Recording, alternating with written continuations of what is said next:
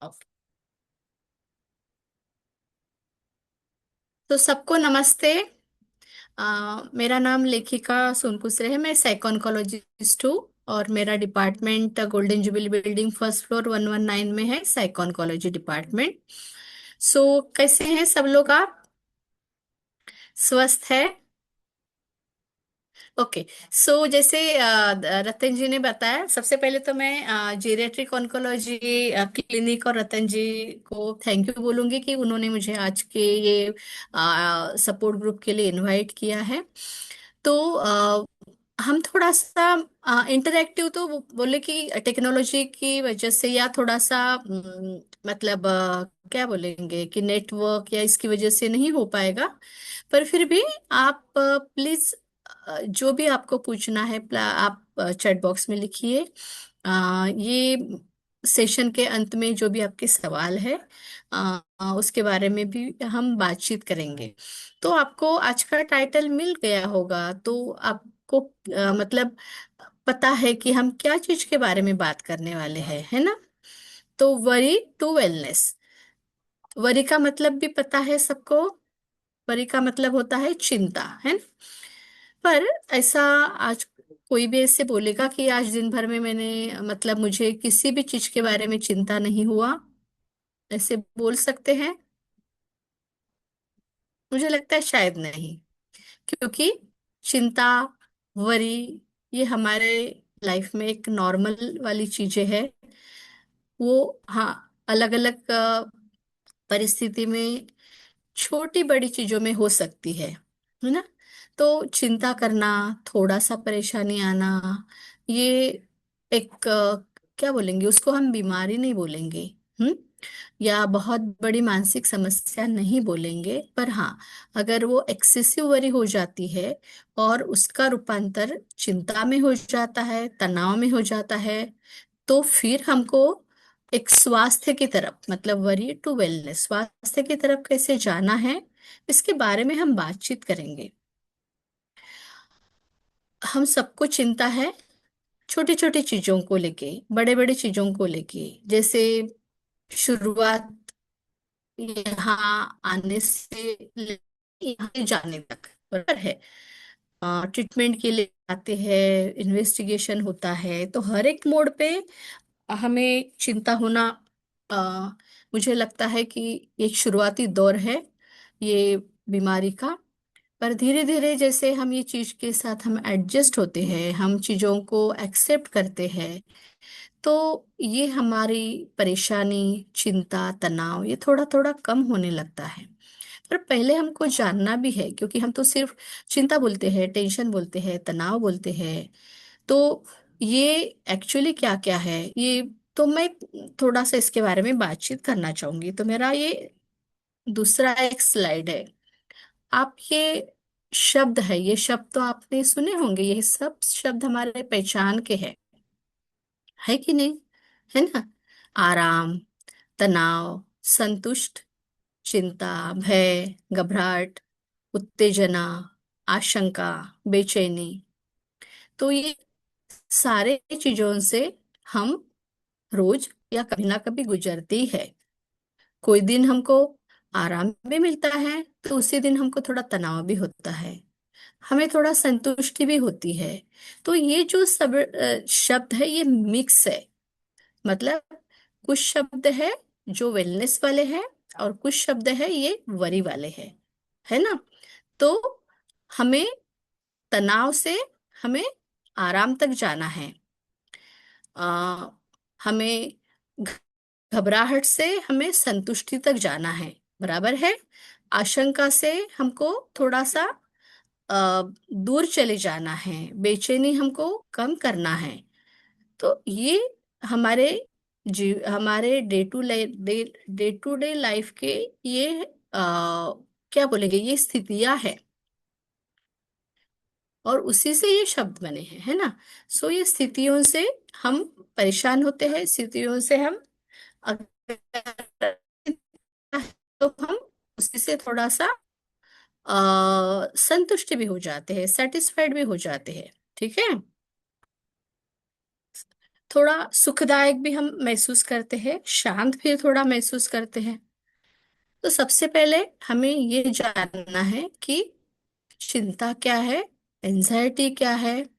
तो चिंता तनाव के प्रति एक सामान्य प्रतिक्रिया है जो सीमित मात्रा में फायदेमंद हो सकती है। जैसे हमने बोला कि बीमारी हो गई, मतलब, या बीमारी की बात नहीं करते हैं हम, एक जनरल की, जैसे मान लीजिए कि कोई चीज की कमी हो गई घर में, या थोड़ा सा जो हमने पूरा महीना में सोचा था कि हमारा इतने पैसे के अंदर हमारा खर्चा हो जाना चाहिए, सब कुछ हमारा कैलकुलेट, मतलब सारी चीजें, मतलब घर में क्या क्या चीजें चाहिए होता है, हमने क्या क्या डिसाइड किया होता है, अगर उसमें थोड़ा सा कम ज्यादा होता है, ऊपर होता है, तो उसके प्रति चिंता होना ये एक सामान्य प्रतिक्रिया है। और ये सीमित मात्रा में फायदा में इसलिए बोल रहे हैं कि इसका असर हमारे सेहत पे नहीं हो रहा है, बहुत ज्यादा नहीं हो रहा है। हम फिर तुरंत खुद को तैयार करते हैं कि ठीक है, हम किसी ना किसी तरह से जुगाड़ कर लेंगे, या हमारा मैक्सिमम बजट जो है ये तो ठीक ही हुआ है, बराबर है। लेकिन जब यह अत्यधिक लगातार बनी रहती है और दैनिक जीवन में बाधा डालती है, तो एक विकार बन जाती है ना। कंटिन्यूअसली हम उसके बारे में सोचते हैं, और वो सोचते सोचते उसका असर हमारे अलग अलग चीजों, मतलब सेहत से रिलेटेड अलग अलग चीजों पे होता है। जैसे हम आगे देखेंगे इसके सिम्टम्स क्या है, पर इन जनरल हम सब जानते हैं कि जो एक्सेसिव वरी है या एंजाइटी है, तो इसका असर हमारे खाने पीने पे, हमारे सेहत पे होता है, हमारे थकान पे, मतलब हमारे एनर्जी पे होता है। एनर्जी, हमें ऐसे लगने लगता है हमें बहुत ज्यादा थकान आई हुई है। एंजाइटी पता चलती है कि हम बहुत ज्यादा परेशान हो जाते हैं, थोड़ा सा हमको पैल्पिटेशन हो जाता है, रेस्टलेसनेस हो जाता है, जिसको हम बेचैनी बोलते हैं, है ना। तो ये सारी चीजें जब ज्यादातर, मतलब चिंता के बहुत आगे, चिंता को और ज्यादा हम उसको दुगना चौगुना करेंगे, तो उसका रूपांतर एंजाइटी में और अलग तरह की मानसिक समस्याओं में हो सकता है, अगर हमने उनको उनका रोकथाम नहीं किया।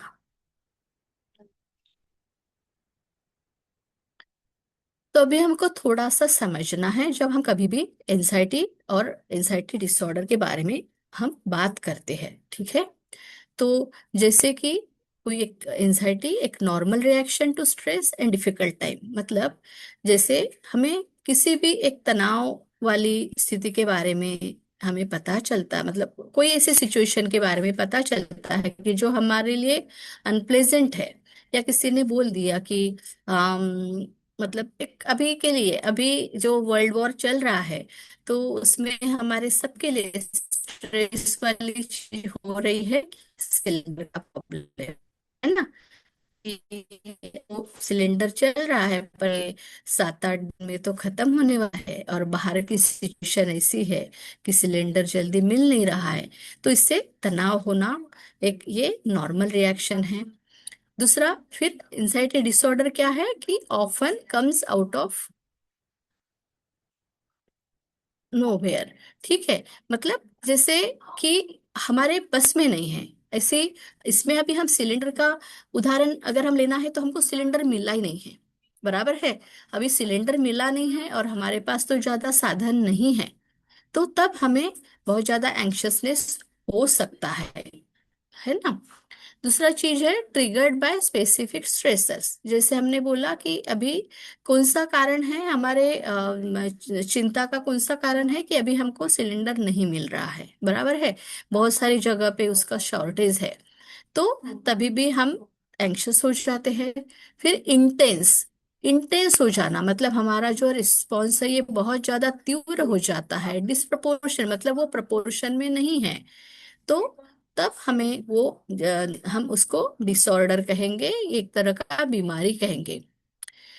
एंजाइटी में जैसे शुरुआत होती है वैसे खत्म भी होता है, मतलब बहुत ज्यादा चिंता हो रही है तो आपकी चिंता, आपको चिंता आ गई, आप एंग्शियस हो गए कि सिलेंडर नहीं मिल रहा है, पर दूसरे दिन आपको सिलेंडर मिल गया, तो वही आपका जो स्ट्रेस है वो आपका खत्म हो गया, तो आप बिंदास हो गए, ठीक है। पर जो बीमारी होती है चिंता वाला बीमारी, उसमें क्या होता है, ongoing and last weeks two months, मतलब जैसे वो चल ही रहा है लगातार, हफ्तों तक, महीने तक, तो वो एक बीमारी के उसको एक हम बीमारी बोलेंगे। कैन बी हेल्पफुल और मोटिवेशनल, अगर हमको टेंशन होती है तो हमको कोई थोड़ा सपोर्ट देता है कि चिंता मत करो, हो जाएगा, हम देख लेंगे, है ना, हमें कुछ अच्छा चीज करने के लिए हमको बढ़ावा देते हैं, तो वो समय में हमारा एंजाइटी कम हो जाता है। पर जैसे they interfere with day to day life, पर जो बीमारी होती है वो हमारे डे टू डे लाइफ में क्या बोलेंगे, एक इंटरफेयर होता है, मतलब ऑब्स्टेकल होता है, कि हम बराबर ध्यान नहीं दे पाते हैं, हम अपना काम नहीं कर पाते हैं, काम करते करते भी हमें बहुत ज्यादा बेचैनी होने लगती है, फिर कोई हमें मोटिवेट भी करता है, समझाता है, तभी भी हमारी बेचैनी कम नहीं होती है, तो वो एक डिसऑर्डर है, वो एक बीमारी है, ठीक है। सो ये, और एंजाइटी मतलब ये सिग्निफिकेंटली और disappear away from stressful situation. So जब भी मतलब हम आ, वो सिचुएशन जो टेंशन वाली आती है, अगर वो हमें मतलब क्या बोलेंगे कि वो डिसअपियर हो जाती है अगर, तो फिर वो हम सिचुएशन से हम बाहर आ जाते हैं, कि आई है, हमें, हमने कुछ उसके लिए कोशिश की है, हमें वो चीज मिली है, और वो सिचुएशन स्ट्रेस वाली, टेंशन वाली खत्म हो गई है, बराबर है। पर इसमें जो, और फिर उसके साथ relaxing offer helps you feel better, और उसमें हम थोड़ा खुद को रिलैक्स करने की क्षमता भी पाते हैं, जब हम स्ट्रेस में होते हैं तो रिलैक्स होने की क्षमता भी हम पाते हैं।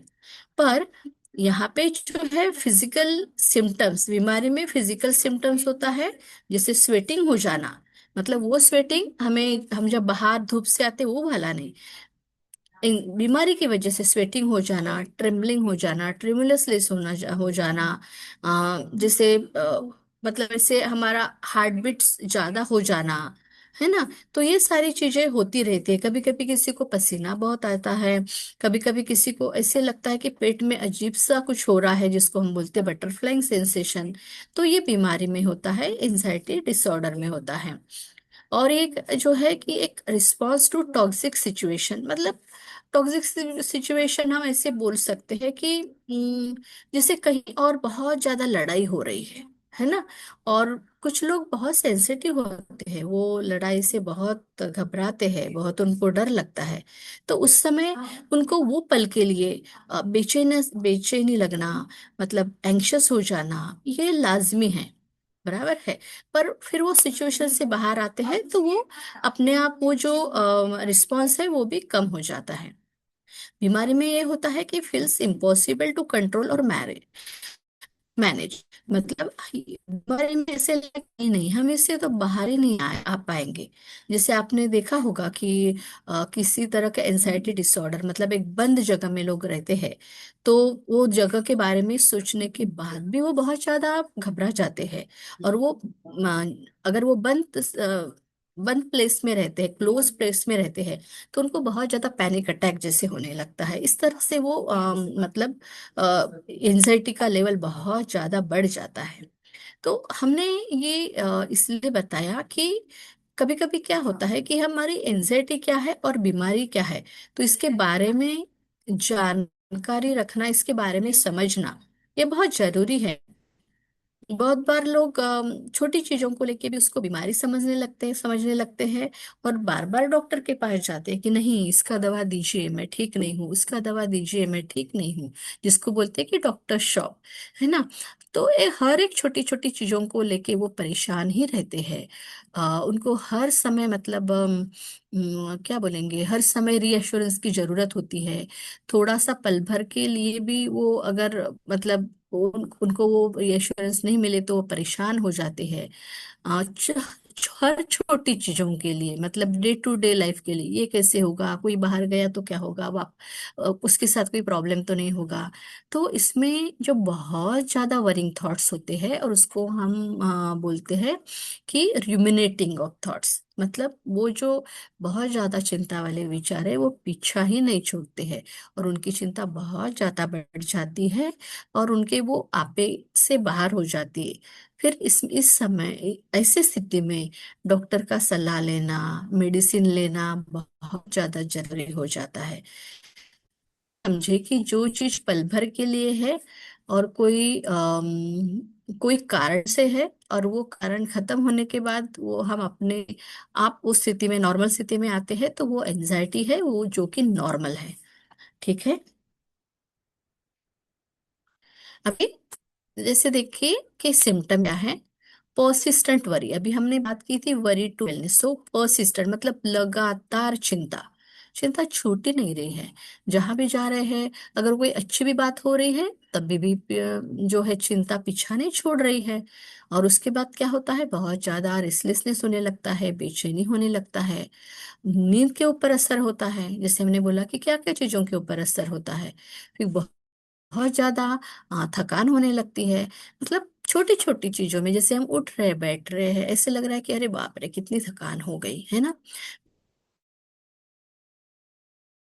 ऐसे लगता है कि हाथों में जान नहीं है, या किसी को नमनेस हो जाता है, डिफिकल्टी इन कॉन्सेंट्रेटिंग, ध्यान देने में परेशानी होती है, कोई क्या बात कर रहा है हमारा ध्यान ही नहीं है, बहुत इंपॉर्टेंट चीजें चल रही है, हम इतनी ज्यादा चिंता में मतलब फंस गए, इतनी ज्यादा चिंता हमारे ऊपर हावी हो रही है कि आगे वाला क्या बोल रहा है हमारे बारे में, मतलब हमारे सेहत के बारे में बोल रहा है, पर हमारा ध्यान नहीं।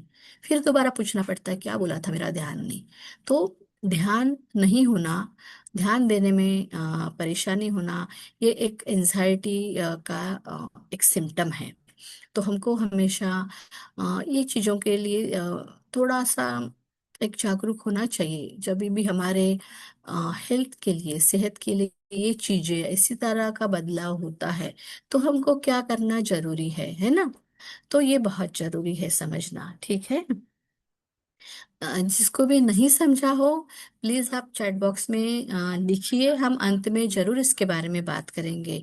मैं चाहती हूँ कि सबको अच्छी तरह से समझे, क्योंकि ये सपोर्ट ग्रुप ही आपको सिर्फ मतलब ये 1 घंटे के लिए नहीं है, क्योंकि हम जो भी इसमें सीख रहे हैं, समझ रहे हैं, उसका हमें अपने जीवन में प्रैक्टिस करना है, तभी ये सपोर्ट ग्रुप का सबको फायदा होगा।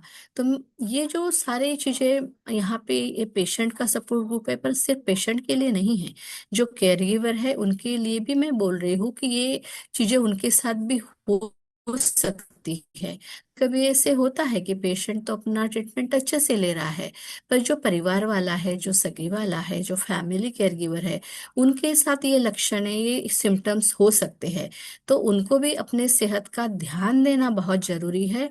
तो अपने सेहत में, सेहत से रिलेटेड जो जो चीजें हैं, जो स्वास्थ्य से रिलेटेड जो साइन है, सिम्टम्स है, उसको नजरअंदाज नहीं करना है।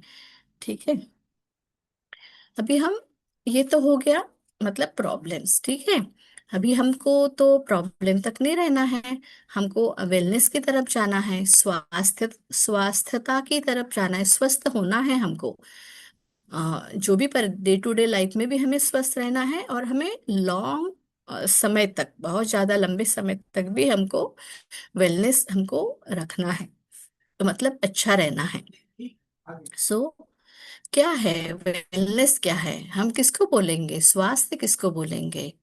तो ये अपने मन, शरीर और आत्मा की देखभाल। अभी हम आत्मा मतलब क्या बोलेंगे, हम तो उसको सोल बोलते हैं, बराबर है, पर हम इसको एक बोलेंगे कि हमारा ब्रेन, ठीक है, हमारा मन है, हमारा शरीर है, हमारा ब्रेन है, उसकी देखभाल करना है। आमतौर पर आपकी संस्कृति और आपके जीवन के अनुभवों से प्रभावित, स्व परिभाषित और गतिशील, सिर्फ बीमारी या तनाव का अभाव ही नहीं, मतलब ऐसा नहीं कि हमको सिर्फ बीमारी में ही हमको वेलनेस का ध्यान रखना है, पर डे टू डे, मतलब बीमारी, जैसे हम बोल रहे हैं कि वरीज टू वेलनेस, मतलब हम बोल एक तरह से हम बोलेंगे कि इलनेस टू वेलनेस।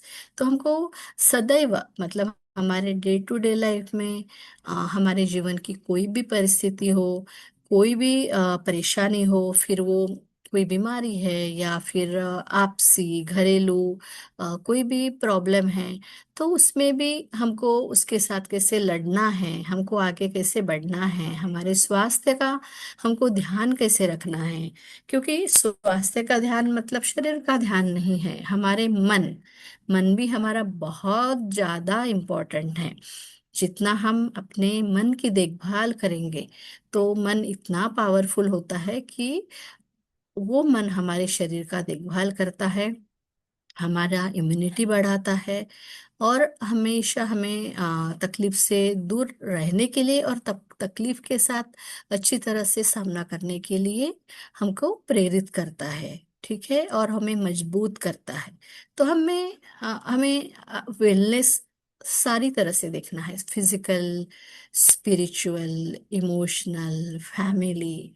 सो सब, एवरीथिंग, वेलनेस इन एवरीथिंग। तो वो हमको वो हमारा उद्दिष्ट होना चाहिए। ठीक है। सो केवल बीमारी में नहीं, पर जब बीमारी से हम मतलब बाहर होते हैं और बीमारी से हम ठीक हो जाते हैं, तो क्या तभी प्रॉब्लम नहीं रहती? रहती है। पर हमको तभी भी उतना ही इम्पोर्टेंस हमारे वेलनेस के लिए हमको देना बहुत जरूरी है। जितना वेलनेस हमारे जीवन में रहेगा, उतना हम ज्यादा से ज्यादा स्वस्थता जो है ये महसूस भी करेंगे, और हम उसको मेंटेन भी करेंगे, मतलब हम स्वस्थ रहेंगे। और मुझे यहाँ भी एक बोलना है कि अ, अगर प्रॉब्लम है, प्रॉब्लम कोई भी रूप में हो, जैसे हमने अभी बात की थी, तो उसको हमको नकारना भी नहीं है। क्योंकि अगर हम अपने जीवन के किसी भी तरह के प्रॉब्लम को हम नकारेंगे, तो फिर हम आगे वेलनेस की तरफ बढ़ने में हमको दिक्कत होगी। ये हमको नहीं समझना चाहिए कि नहीं, जीवन मतलब जीवन में कभी भी कोई प्रॉब्लम ही नहीं आए, ऐसा हो ही नहीं सकता है।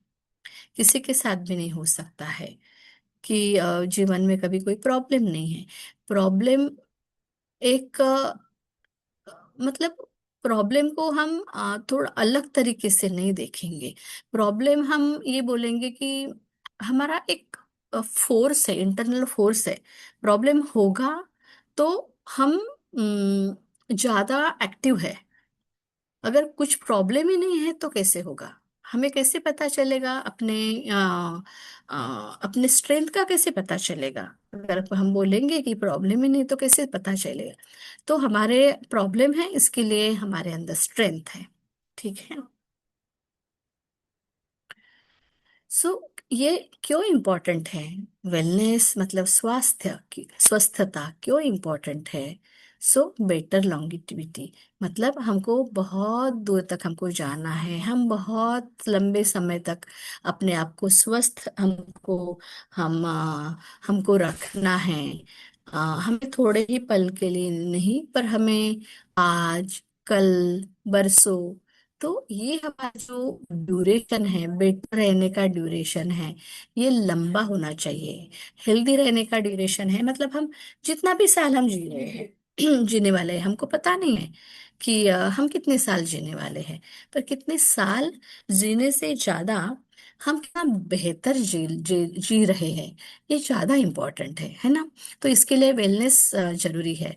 बूस्ट मेंटल हेल्थ, जो हमारा मानसिक ताकत है, स्वास्थ्य है, तो वो हमको बढ़ाना है, बूस्ट करना है। जितना हम जीवन में हम स्वस्थ रहेंगे, हम अपने कोई भी चीज़ों से मतलब प्रॉब्लम से लड़ने की हम अपने आप में मतलब खुद को हम कैपेबल समझेंगे, उतना हमारा मानसिक स्वास्थ्य अच्छा रहेगा, है ना?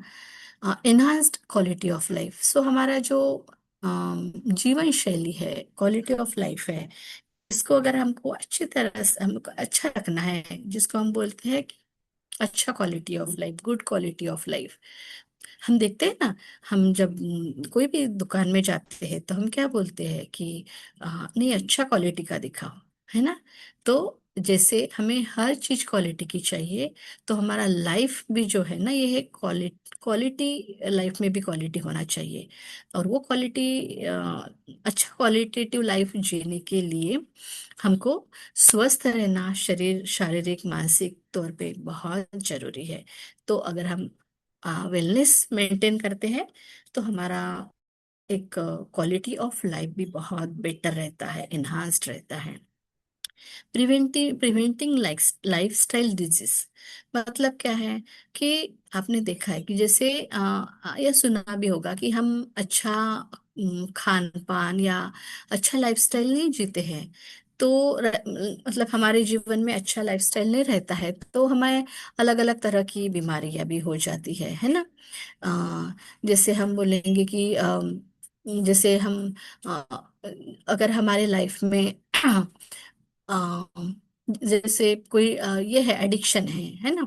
जैसे हम गुटखा लेते हैं, बीड़ी लेते हैं, सिगरेट लेते हैं। खाने में भी हम हमेशा जंक फूड खाते हैं, ऑयली खाते हैं, फ्राइड खाते हैं एवरी टाइम। तो ये सारे चीज़ों का हमारे सेहत पे असर होता है। तो हमारे कुछ डाइजेस्टिव डिजीज भी हमको हो जाते हैं। किसी को मोटापे की बीमारी, किसी को मतलब जैसे कि डाइजेस्टिव सिस्टम की बीमारी, मतलब कैंसर में नहीं बोल रही हूँ, पर अलग तरह की भी बीमारियां है कि जो हमारे मतलब निगेटिव और पुअर लाइफस्टाइल से आती है। तो अगर हम वेलनेस का ध्यान रखेंगे, मतलब क्या, हम सारी तरह से वेलनेस का ध्यान रखेंगे। हम फिजिकल वेलनेस का ध्यान रखेंगे, तो हम खान पान अच्छा रखेंगे कि हमारे सेहत के लिए हमें क्या जरूरी है। हम अच्छा फल खाएंगे, अच्छा खाना खाएंगे, मतलब अंकुरित वाले जो ये होते हैं, स्प्राउट होते हैं, वो खाएंगे। हम मतलब जैसे जितना जो ऑयली नहीं हो, ये नहीं खाएंगे। तो अगर हम ये करते हैं, तो हमारा वेलनेस भी बढ़ेगा, और हमारे ये जो लाइफस्टाइल डिजीज है, ये भी हमारे पास नहीं रहेंगे। Better productivity. बेटर प्रोडक्टिविटी का मतलब है कि हम अप हमारे लाइफ में कितना ज्यादा प्रोडक्टिव है। अगर अगर अपने सेहत का ध्यान रखते हैं, तो हम काम अच्छा कर पाएंगे, हम अपना फैमिली लाइफ अच्छे से जी पाएंगे, हम और भी लाइफ में और कुछ अचीव करेंगे, है ना। सो जितनी ये हमारी एक प्रोडक्टिविटी हो गई। स्ट्रेंथन रिलेशनशिप मतलब हमारे रिश्ते, हमारे बाकी लोगों के साथ रिश्ते, मतलब है कि फैमिली रिलेशन, सोशल रिलेशन है, रिलेशनशिप इन वर्क प्लेस है, सोसाइटी में है। तो ये जो हमारा रिश्ता सिर्फ हमारे परिवार वालों के साथ नहीं होता है। हमारे अलग अलग रिलेशनशिप्स होते हैं, बराबर है। जो हमारे नेबर है, हमारे पड़ोसी है, हमारे जो सहकर्मी हैं, है ना, सोसाइटी में है। हम अलग अलग हम लोगों से अलग अलग मतलब अलग अलग संस्था बोले, या फिर अलग अलग टाइप के जो हमारे ग्रुप्स है, हम उससे जुड़े हुए हैं। तो ये भी रिलेशनशिप स्ट्रेंथन करने में मदद होती है। ठीक है। ओके। अभी देखिए ये क्या है। ये देखिए, वेलनेस विल। अभी हम बात कर रहे थे कि इसमें सबसे पहले फिजिकल। तो अभी हमको फिजिकल वेलनेस मेंटेन करना है, तो हमको क्या करना है? हमको डेली एक्सरसाइज करनी है ना। सबको वॉकिंग करना है, योगा करना है, तो जिससे हमारा फिजिकल, हमारा मतलब मेंटल वेलनेस भी इससे मेंटेन होगा। इमोशनल वेलनेस में क्या आएगा? हम अच्छा सोचेंगे, हम अच्छी बातें करेंगे, अच्छा विचार रखेंगे। जो परेशानी है, एंजाइटी, डिप्रेशन, स्ट्रेस है, हम इससे दूर रहेंगे। और इससे दूर रहने के लिए हम क्या करेंगे? हम थोड़ा सा मेडिटेशन करेंगे। हम छोटी छोटी चीजों में हम बिजी रहेंगे, बराबर है। दिन भर हम अपना एक रूटीन डिसाइड करेंगे कि हमको आज दिन भर क्या क्या करना है। हम अगर जॉब कर रहे हैं, तो जॉब के साथ साथ हम अपने लिए क्या क्या चीजें कर सकते हैं। स्पिरिचुअल स्पिरिचुअल में हम ये बोल सकते हैं कि हम अपने हमारा मतलब एक हमारे लाइफ में हमारा मीनिंग क्या है, मतलब what is the meaning of our life. Meaningfulness क्या है हमारे जीवन में, हम क्या इम्पोर्टेंट है हम, तो वो हमको एक मतलब स्पिरिचुअल जो एक वेलनेस है वो हमको बताता है कि हम क्यों जी रहे हैं। तो हम कुछ अच्छा पाने के लिए जी रहे हैं, हम किसी की मदद करने के लिए जी रहे हैं। हम जो है छोटे छोटे चीजों में हम खुद को कैसे खुश रख सकते हैं इसके लिए जी रहे हैं। तो उसमें कुछ लोग प्रेयर करते हैं, प्राणायाम करते हैं, है न? तो इससे प्रेयर, प्राणायाम, मंत्र जाप, इससे हमको क्या मिलता है, इसको हमको एक इनर स्ट्रेंथ मिलती है। और ये इनर स्ट्रेंथ जो है ये हमको हमारे लाइफ में क्या क्या चीजें अच्छी है, हमारे लाइफ में क्या अच्छा अर्थ छुपा हुआ है, इसके बारे में बताता है। और उसके लिए हम क्या स्टेप ले सकते हैं, क्या कर सकते हैं, ये बताता है। इंटेलेक्चुअल इंटेलेक्चुअल लेवल जिसको हम बुद्धि बोलते हैं, कि जैसे अगर हम हमारे लाइफ में स्वस्थता को मेंटेन करते हैं तो डिसीजन लेना, कोई निर्णय लेना, है ना, फिर जैसे किसी के साथ जुड़ना, बराबर है। तो ये चीजें हम करते, तो इसके लिए हमको अलग अलग चीजें भी हम कर सकते हैं, कि जैसे आप एक रीडिंग कीजिए, कोई चीजें कोई नॉलेज है, कोई कुछ बता रहा है तो उसको ग्रास्प करना है। तो ये भी हमको इसमें करने की जरूरत है, ठीक है। एनवायरमेंट, सो एनवायरमेंटल वेलनेस क्या है। तो जैसे हम बोलते कि हम अगर थोड़ा सा मॉर्निंग वॉक लेते हैं तो हमें थोड़ा ऑक्सीजन भी लेना है, बराबर है। और हम जितना ज्यादा मतलब स्वस्थ रहेंगे तो सुबह उठना है, अपने सेहत का ध्यान रखना है। एक हम ये भी बोलेंगे कि एनवायरमेंट में वेलनेस में जैसे हम बोलते हैं ना कि हर एक को एक दो पौधा जरूर लगाना चाहिए एक साल भर में, है ना। इससे ज्यादा लगाएंगे तो बहुत बढ़िया है। तो हम इससे भी जो है हमें एक तरह की खुशी मिलेगी। हमको एनवायरमेंट में हम एनवायरमेंट के लिए ये जो निसर्ग है उसके लिए हम मदद करेंगे। क्योंकि अगर ये एक पौधा है, इसका फायदा किसे होने वाला है, ये फायदा हमें को होने वाला है, राइट। तो ये हमेशा हमको ध्यान रखना बहुत जरूरी है। क्योंकि हम हमें जो है नेचर को कुछ देना है, हमारी भी रिस्पॉन्सिबिलिटी है कि हमको नेचर को कुछ देना है। तो पोल्यूशन से हमको दूर रहना है, पोल्यूशन ना हो इसका हमें ध्यान रखना है, बराबर है।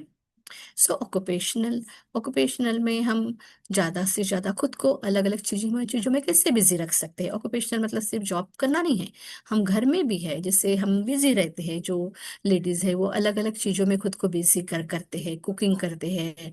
उनके अंदर जो भी एक कला है, वो कला में वो खुद को मतलब बिजी रखते हैं। किसी को निटिंग अच्छा आता है, किसी को आर्ट बेस्ड एक्टिविटीज में मतलब खुद को बिजी रखना अच्छा लगता है। तो इससे हमारा इनर स्ट्रेंथ बढ़ेगा, है ना।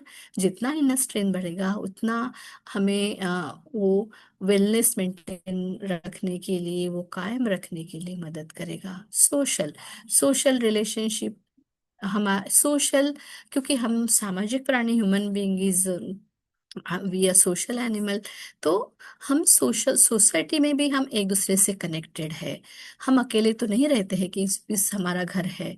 सोसाइटी के लिए भी हमारी कुछ जिम्मेदारियां है कि हम जीवन मतलब हमारे समाज में कुछ अच्छा करें, हमारे सोसाइटी में एक दूसरे को मदद करें। और कोई जैसे चीजों को बढ़ावा देना है, अच्छी चीजें करना है, अच्छी चीजों का प्रचार करना है। और जो मतलब जिससे मतलब जैसे एक बुरी चीजें बढ़ती है, उसका हमको विरोध करना है ना। उससे हमको खुद को भी बचाना है और बाकी लोगों को भी बचाना है।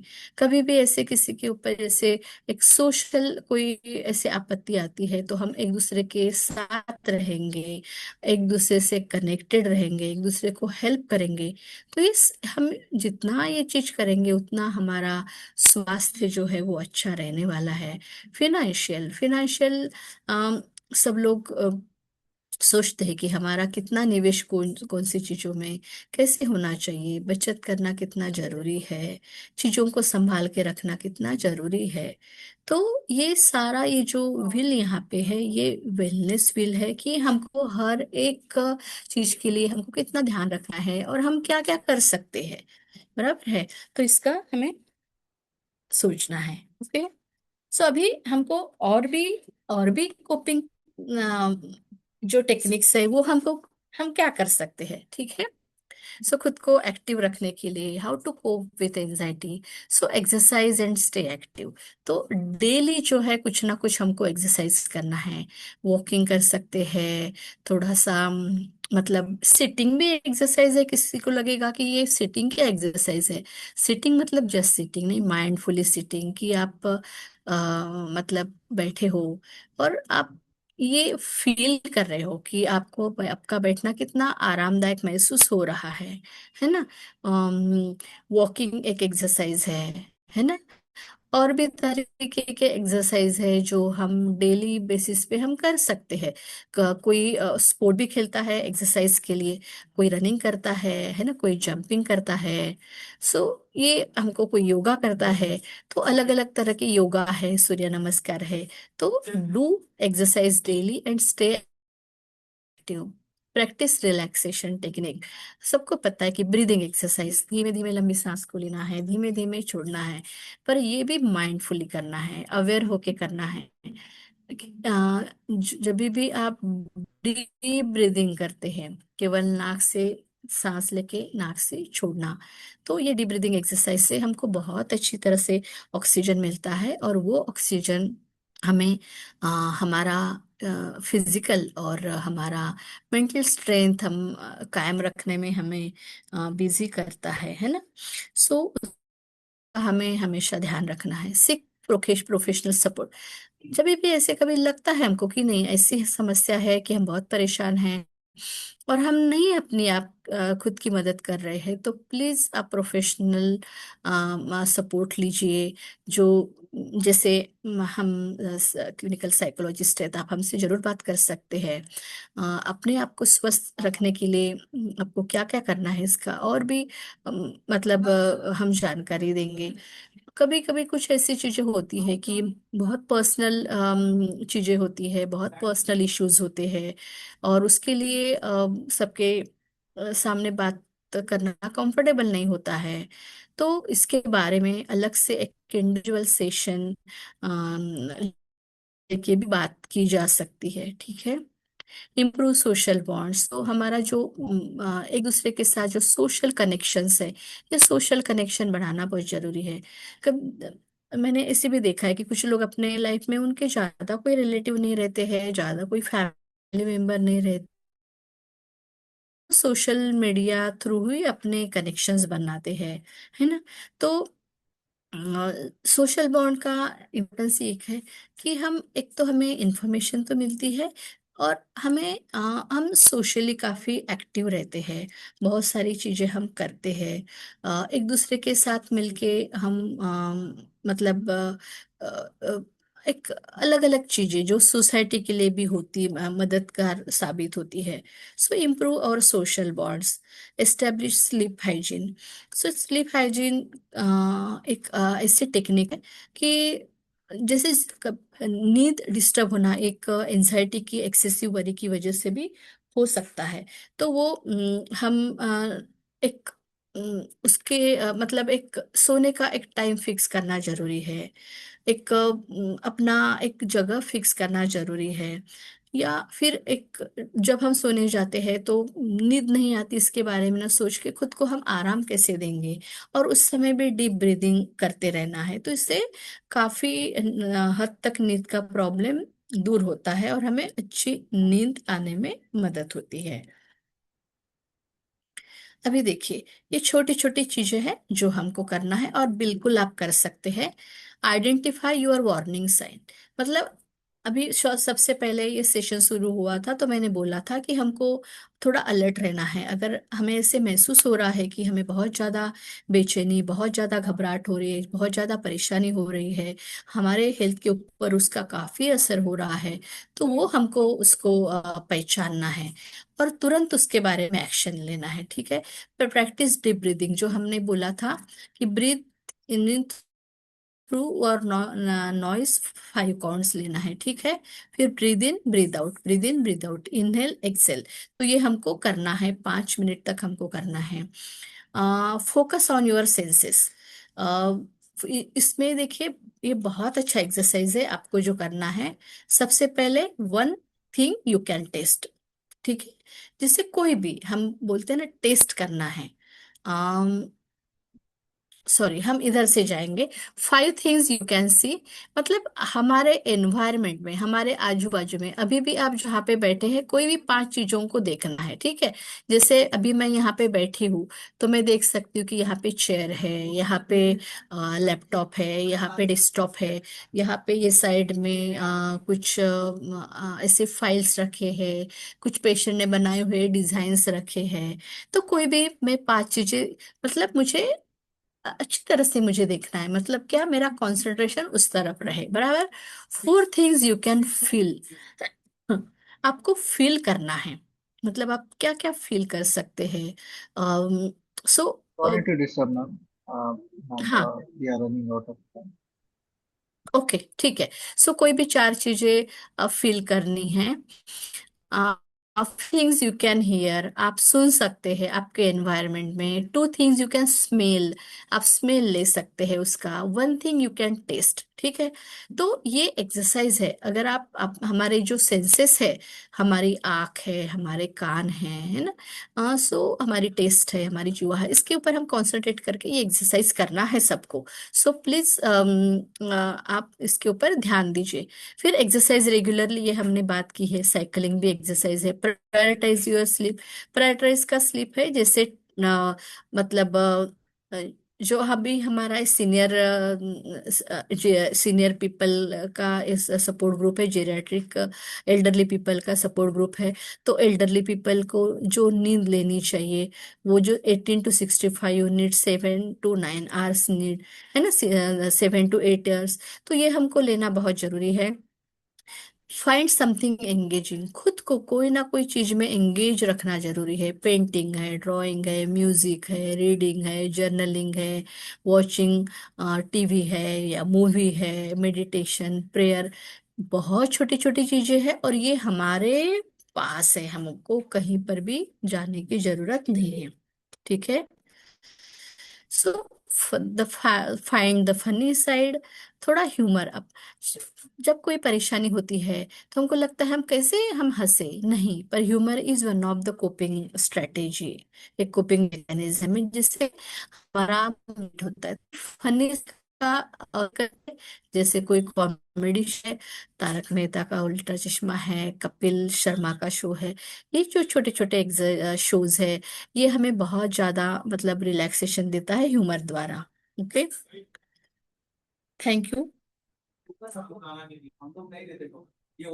Yes ma'am, thank you, thank you, thank you so much ma'am, आपके इसमें इंसाइटफुल सेशन के लिए।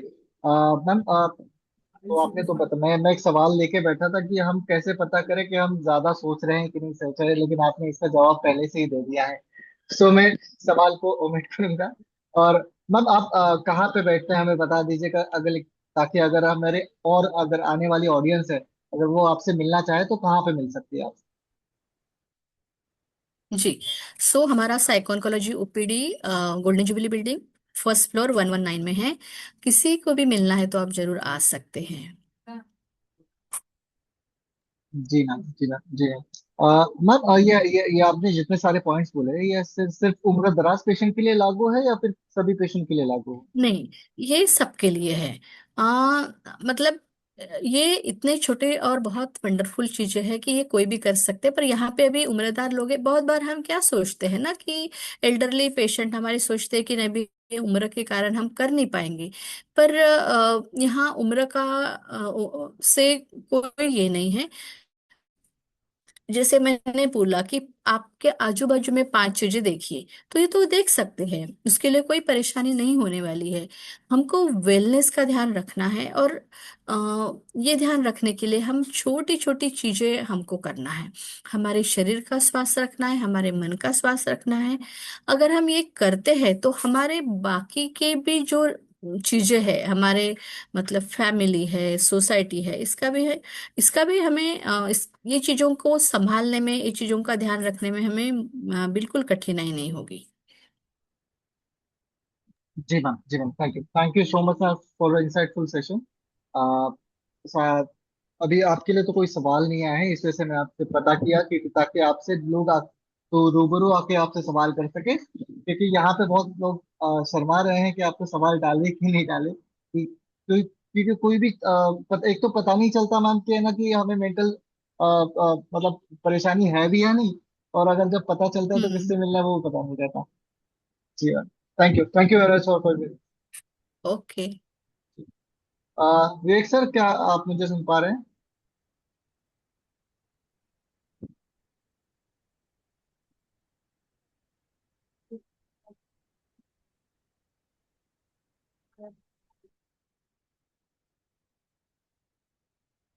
विवेक सर।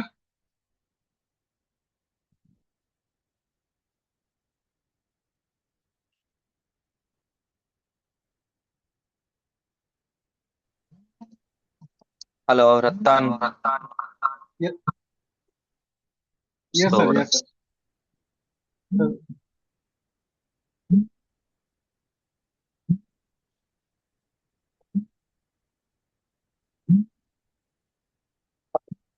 सर, टाइम दोगे? इनसे किया है ट्रायल वालों से, वो बोलेंगे। ये भी सुप्रिया को फोटो खिंचाना। सॉरी। फोटो खींचो बस। हाँ बस इतना। अब चलो मुझे 5 मिनट टाइम दो। सर। एक 5 मिनट टाइम दो। वो एक जी ट्रायल के सर। लिए मैं पूछ रहा था, वो गोली का मैं बता रहा था ना आपको। तो आज के जो डॉक्टर है, डॉक्टर विवेक है, जो 84 सौ 3 304 में रहते हैं। और आप जैसे कि हमने वादा किया था कि इस हेलो। डॉक्टर से मैं ज्वाइन कर। Yes sir, yes sir. Sir, आप मुझे सुन हेलो। पा रहे हैं? हाँ हाँ आ रहा है बट एक सेकंड, कुछ तो आवाज दो दो बार आ रहा सर सर से इको हो रहा है सर। है। Yes yes. अभी सुने आ रहा है आपको? Yes sir, yes sir, echo नहीं हो रहा है सर। हेलो। और यस सर, आवाज आ रही है। सुने आ रहा है आपको? यस सर, आ रहा है। हाँ बताइए ना। जी सर, तो मैं ज्यादा समय नहीं लूंगा। मैं डायरेक्टली चलेगा। सवाल चालू करता हूँ। राधे श्याम जायसवाल जी का सवाल है, उनके पेशेंट है भगवान दास जी। उनका केस फाइल नंबर है 11F2025 6978। हाँ। 25 सीरीज 6978। उनका सवाल था कि आ, ये इनको गला सही नहीं हो रहा है, खाना बराबर नहीं जा रहा है सर इनका। इलाज भी कुछ हम्म। नहीं चल रहा है, बंद है इलाज। और बोला जा रहा है एक बार इनको अपनी नंबर फिर हार्ट। से बताएंगे मुझे प्लीज। 25 सीरीज 6978। एक सेकंड ना।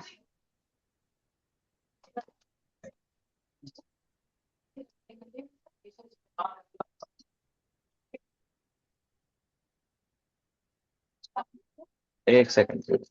अरे, मैं एक्चुअली यूएमआर से हट गया था। जी सर, जी sir. 25 series. 6978। 6978। Yes yes. Bhagwan Das. Yes sir, yes sir, yes sir. इनका कहना है कि इनको खाना से गला सही हाँ हाँ नहीं है, समझ खाना बराबर गया। नहीं जा रहा। और सर इनका हार्ट की तकलीफ है, ऐसा बोले कि जब वो सही हो जाएगी तब उनको बोला जा रहा है। तो ये क्या ये पूछ रहे हैं इनका कि इनका ना, क्योंकि दो तीन इनके बहुत सारे चीज है। एक अगर भगवान जी है या उनके साथ वाले अगर लाइन पे है सुन सकते हैं। भगवान दास जी का और इनका ना बीमारी तो एडवांस स्टेज था ही है। हेलो। हेलो। जी सर, जी सर, जी सर, सुन पा रहे, सुन हाँ पा रहे। हाँ बीमारी बहुत एडवांस स्टेज में था, चौथा स्टेज का कैंसर था, उसके साथ साथ इनका जनरल कंडीशन भी खराब है। मतलब रतन, मुझे एक छोटा हेल्प करोगे? मैं फिर से ज्वाइन इन करूंगा, चलेगा लेकिन सर। कि मुकेश जी का फोन से फोन आ। नहीं नहीं जी एक सर। मिनट रुको छोड़। एक बार मुकेश को आवाज दो ना प्लीज। मुकेश मुकेश। हाँ तो ना इनका हार्ट का कंडीशन बहुत खराब है। जी इतना सर, जी खराब सर। हार्ट के कंडीशन पे कीमो देना या कुछ ट्रीटमेंट देना बहुत मुश्किल होगा। जी सर। तो ओके सर। इसीलिए उनका ट्रीटमेंट बंद करके अभी ऑब्जर्वेशन चल रहा है। हम्म। सो इनको क्या बोलते हैं, अपने हार्ट के डॉक्टर को और इनके जनरल फिजिशियन को दिखाना ज्यादा इम्पोर्टेंट है, बीमारी के से भी। कोई दिक्कत नहीं, बाद में। Okay sir. ठीक है। जी सर, सर गले में खाना अटक रहा है, उसके लिए क्या करना चाहिए इनको? उसी के लिए ना थोड़ा नरम खाना खाना है, और वो जो खा सकते हैं, उनको जो पसंद है वो कंटिन्यू करना सही रहेगा। और उनका हार्ट के डॉक्टर को बिल्कुल दिखाना बहुत इंपॉर्टेंट है, क्योंकि उनका हार्ट ना 10% काम कर रहा है, मतलब ऑन एन एवरेज 70-80% का उनका 10% काम कर रहा है। सो इतना खराब हार्ट की स्थिति पे आगे का कैंसर का ट्रीटमेंट करना तो अच्छी बात नहीं है। जी सर, जी सर। राधेश्याम जी, आपने सुन लिया होगा तो प्लीज अपने डॉक्टर से ही मिलते रहिएगा। Sir next next case file number है 23 सीरीज 27841। 11F 2023। 2023 हाँ हाँ। 27841।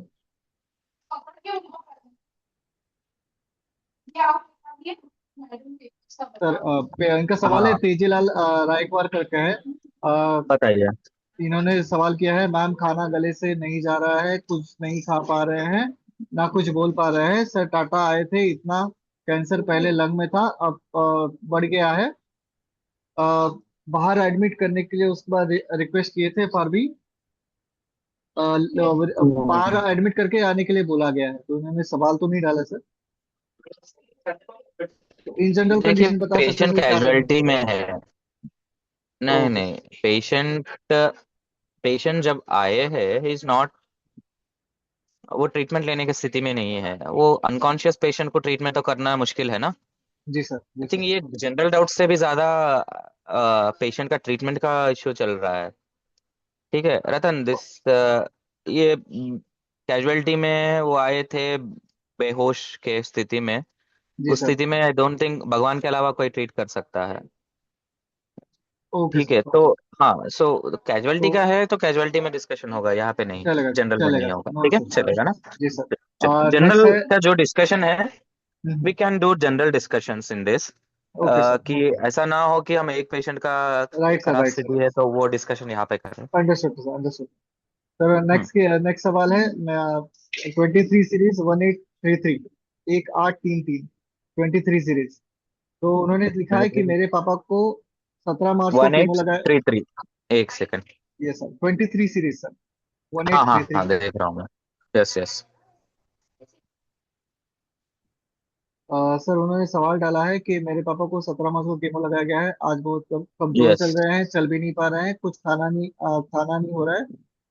क्या हमें हॉस्पिटल जाना चाहिए, टाटा हॉस्पिटल? ये सवाल है इनका। हाँ, ये ना कीमो लगने के बाद कॉमन है कि वीकनेस रहना, खाना कम होना। अगर थोड़ा बहुत कम है 2-4 दिन, उसके बाद इम्प्रूव नहीं हो रहा है, तो प्लीज आप अपने डॉक्टर को मिलिए। अगर आप टाटा के पास में हो, बॉम्बे में हो, प्लीज आके हमें मिल लेना। ओपीडी में पॉसिबल होगा तो ओपीडी में मिल लेना, या अगर ओपीडी में पॉसिबल नहीं है तो इमरजेंसी में आके मिलना पड़ेगा। क्योंकि इनका अगर खाना एकदम कम हो गया है, उनका बाकी सब चीज, ब्लड भी कम होगा, बाकी सब भी कम होगा, तो पेशेंट को मुश्किल हो सकता है। ठीक है, तो बेटर है कि वो आसपास में है तो एक बार ओपीडी में आके उन्हें दिखा देना। जी sir. Next sir, Motorola ji का सवाल है, मैम पेशेंट के कमर में नंबर है क्या? सुबह।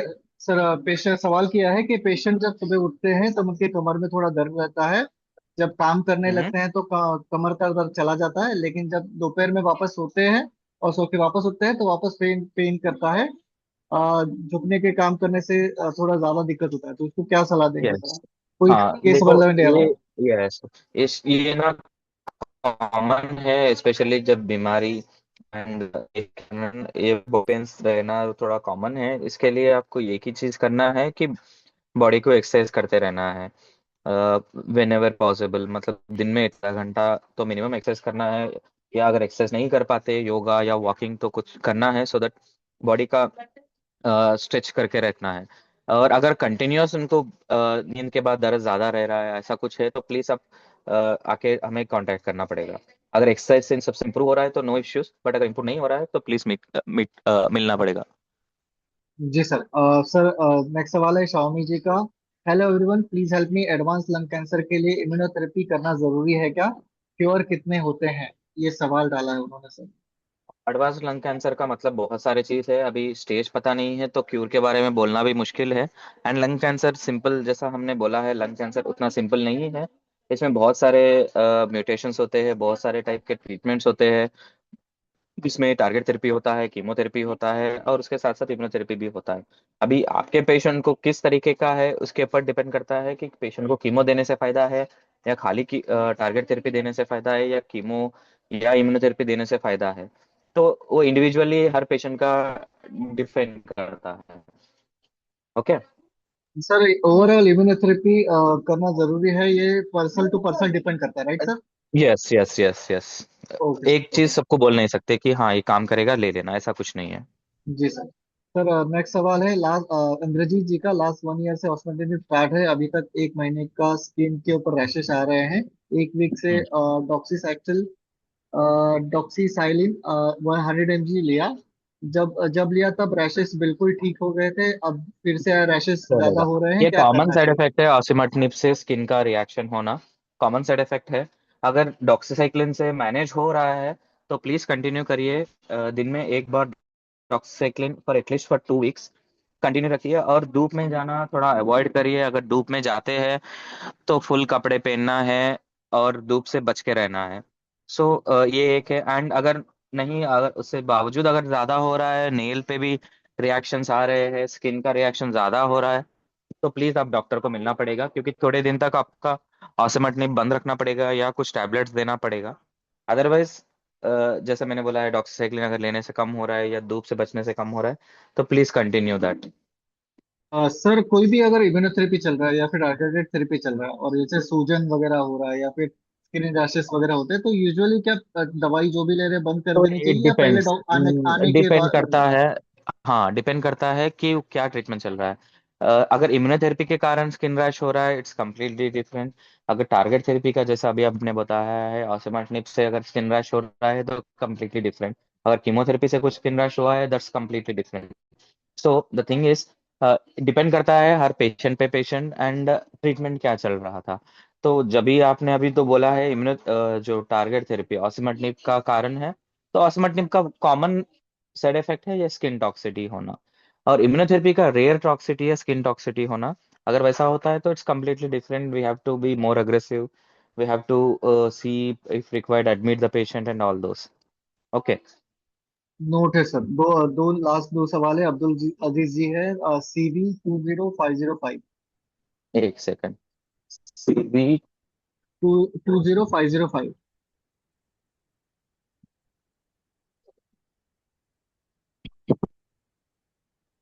सर मैं सवाल पढ़ता हूँ। हाँ हाँ बिल्कुल। Recurrence hilar node and any other lesion, radiation लेने अब्दुल के बाद। अजीज, आई थिंक वो बांग्लादेश से है, मुझे कल यस ही यस आके यस। मिल के गए ओके, फिर भी सवाल हैं। डाला है सर। राइट। हाँ, मुझे कल ही आके मिल के गए हैं, वो वंटा मैम से भी कल ही मिल के गए हैं।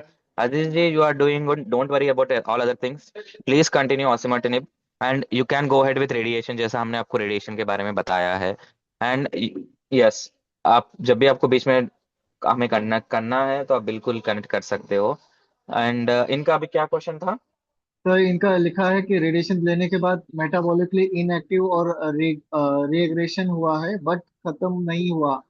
तो इसका दो हाँ, जब भी क्वेश्चन है। क्या चौथा स्टेज के कैंसर में बीमारी खत्म नहीं किया जा सकता है, जो भी ट्रीटमेंट देते हैं इनके हिसाब में जो हम गोली दे रहे हैं, दैट वो गोली भी हम इसी के लिए दे रहे हैं कि बीमारी को कंट्रोल करने के लिए। चौथा स्टेज में बीमारी खत्म किया नहीं जा सकता है।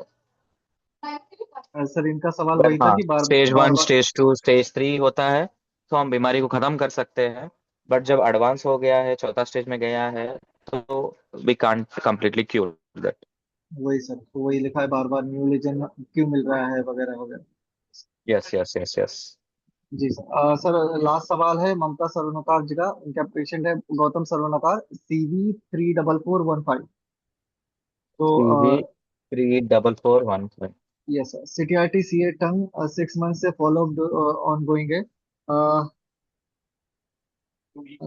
थ्री बोलिए बोलिए। सर, एंग्रीनेस होता है कि कैंसर एरिया से, केसेस नॉर्मल है, थोड़ा एक है सर, सेकंड। बहुत कंफ्यूजिंग सवाल है सर, मुझे समझ नहीं आ रहा। ठीक है। पेशेंट का रेडिएशन खत्म हो गया है 2 साल पहले, दिसंबर में आए थे नहीं, हाँ, हमारे पास दिसंबर में आए थे, दिसंबर के बाद आए नहीं है, उनको 6 महीने में बुलाया गया है। हाँ, ड्राइनेस वो होता है रेडिएशन का होने के बाद, स्पेशली टंग का ऑपरेशन हुआ है और इतना बड़ा ऑपरेशन हुआ है, उसके बाद रेडिएशन कीमोथेरेपी लगा है, तो ये ड्राइनेस, ये स्वाद होता है। ये dryness के एक ही चीज करना है कि इंटरमिटेंटली बार बार थोड़ा थोड़ा पानी पीते रहे कि माउथ थोड़ा वेट रहे, ड्राई ना हो। एंड पेशेंट्स में यस, च्युइंगम लेने में या थोड़े पेशेंट में ये क्या बोलते हैं, लेमन लेमन लेने में थोड़े पेशेंट को उससे फायदा मिलता है। So patient can try this chewing gum water और लेमन। लेमन को हम जो कट करके अगर थोड़ा थोड़ा लेंगे, चूसेंगे थोड़ा, तो वो उसमें फायदा करेगा उसमें। जी सर, जी सर। हेलो। फिलहाल कोई सवाल नहीं है, सारे सवाल हमने ले लिए हैं। जी सर। ठीक है। जी sir, thank you, thank you, thank you very much for joining चलो, sir. Thank you, thank you. हाँ, 1 मिनट। अच्छा, मैं अभी लॉक के साथ। ओके जी, वनिता मैडम कर ली। सर इनका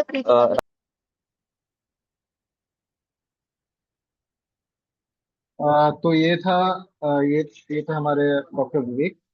डॉक्टर विवेक मेडिकल ऑन्कोलॉजी SR4 है, जो हमारे 304 ओपीडी में रहते हैं। और 304 ओपीडी में रहते हैं। और आज के जो इतने भी सवाल हैं, सारे सवालों के जवाब जो है हमारे विवेक सर ने ही दिए हैं। और मैं आपसे सभी से निवेदन करना चाहता हूँ कि जब भी आप सवाल डालें तो इन जनरल अगर डालेंगे तो ज्यादा बेहतर तरीके से बताने में आसानी होगी। आप बहुत ज्यादा पर्सनल सवाल डालते हैं तो हमें कोई इश्यू नहीं है कि हम सवाल के जवाब दे सके। लेकिन दिक्कत यह है कि हम अपने कोई भी पेशेंट की जो पर्सनल लाइफ है, हम सभी लोगों के साथ डिस्कस नहीं करना चाहते। हाँ, इन जनरल सवाल जो है हम जरूर आपसे साझा करना चाहते हैं। तो आज के जो हमारे गेस्ट ऑफ स्पीकर थे डॉक्टर लेखिका, और जो हमारे दूसरे डॉक्टर थे डॉक्टर विवेक, इन दोनों का मैं बहुत तहे दिल से शुक्रिया अदा करना चाहता हूं। और मैं आशा करता हूं कि आपको आज का जो सेशन है हमारा पसंद आया होगा। और इसी वादे के साथ आपसे दोबारा मुलाकात होगी कि हम दोबारा इसी तरीके की से नए सब्जेक्ट के साथ आपसे मुलाकात करेंगे। और तब तक के लिए नमस्ते, शुक्रिया, शबा खैर, सायोनारा। फिर मिलेंगे।